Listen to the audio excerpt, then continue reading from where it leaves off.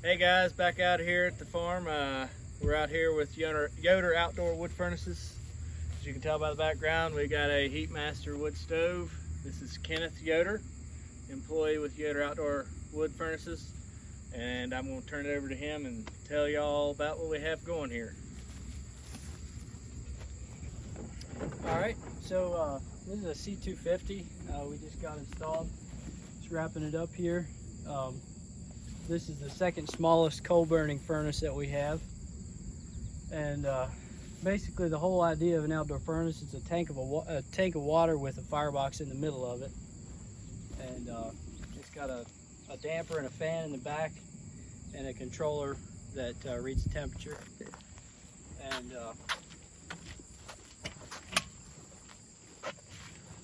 so the control reads the water temperature here at this sensor, and it runs a 10-degree differential, so it's going to blow air on the fire with the damper open until the water temperature gets up to 180, and then it'll shut everything down and let it coast until it gets down to 170 before it'll kick back on to draw back up the temperature. You got your pump here that's cycling the hot water into the house and back out, and that heats your the central air as well as your water. We have a preheater in there that feeds hot water into the hot water heater.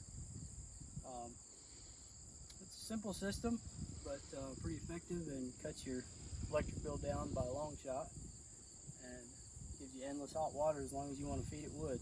So, Now, what kind of warranty would come with a place like this? This has a 5-year 100% on the tank. A couple of the electronics have a little different warranty. But then it has a lifetime warranty. It just starts to decrease by percentage from 5 years on.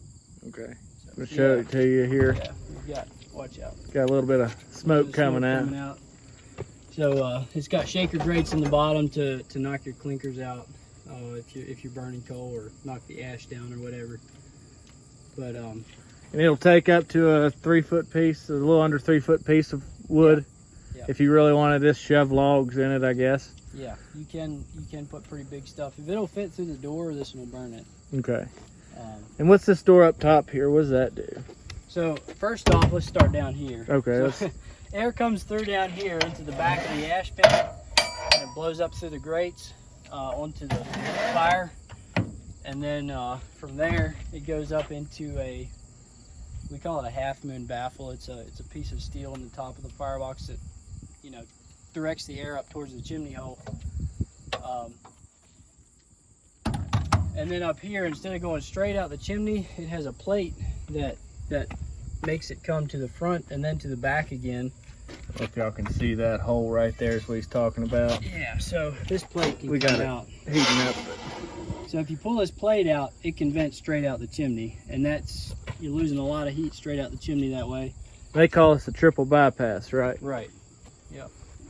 But if you put this to the back there, it forces the air to come to the front and up and to the back again, and that just allows it to soak that much more heat into the water jacket. Okay. You'll burn, if you pull that out, you'll burn probably a third to half again as much wood, just with it dumping all that heat straight out the chimney without it having that back and forth path there. Now this unit is all stainless steel wherever it hits heat. Yeah. It's all stainless steel. The entire tank is stainless. Mm-hmm. And then the only thing steel real wise outside is just the feet and the side panels, correct? The feet and everything are also stainless. And then this is your controller right here.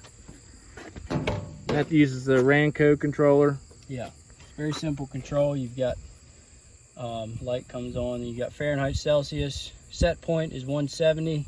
A lot of times we'll run it at 170 in the summertime. Just warmer weather, it wants to overshoot just a little bit. And then we have it set at a 5-degree differential. In the wintertime, normally you would run it at a 180 with a 10-degree. Mm-hmm. It runs more efficiently if it has a longer burn time, a longer cycle. Okay.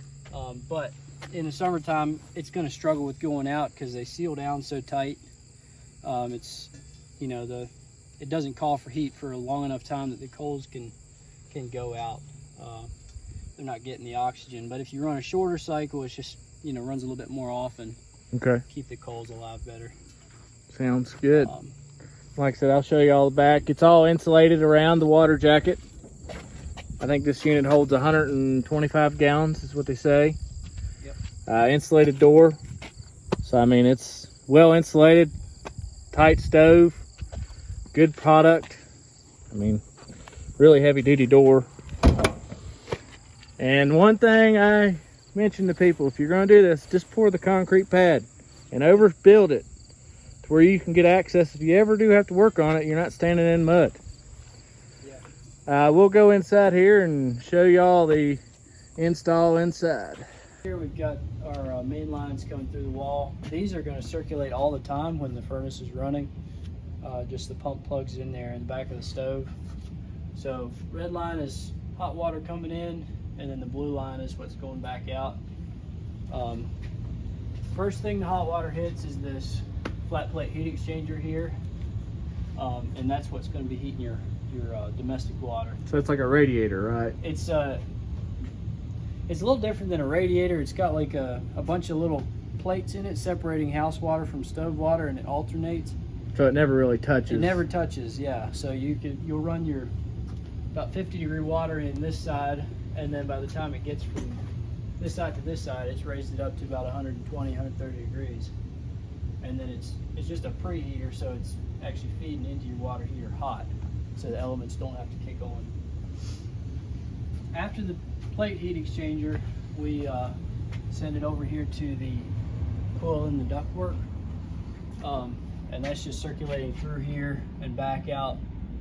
We have a snap disc temperature switch on the coil, so that when it heats up, it'll break your compressor signal, so that the compressor outside won't come on. Okay. And it can just heat with the fan blowing through the hot coil. Okay. So this valve, we have a summer position and a winter position. So when it's like this, it's bypassing that coil over there, and it's just looping through the flat plate and straight out, back out to the stove. If I just wanted to run hot water, yeah, just wanted hot water and run the stove all year round. Yeah. But then to heat your air, you turn that the other way, and it sends it out through the coil. Okay. And we always plumb in a fill valve. You can purge your system that way, as well as fill the furnace. It's just feeding domestic water over into the stove lines. So. Okay. I said y'all are from Floyd. What's y'all's service area and what's y'all's hours? So hours are kind of hard to define, we'll put it that way. Business hours, we'll answer the phone. We serve about a 100-mile radius around Floyd County, and we do installation and servicing of Heatmaster furnaces. So Sell parts and everything. parts right there. and everything. Yep, we got pretty much everything there. So. All right. Thank you for coming out. Thanks Yes, for the sir. install. Thanks for having us.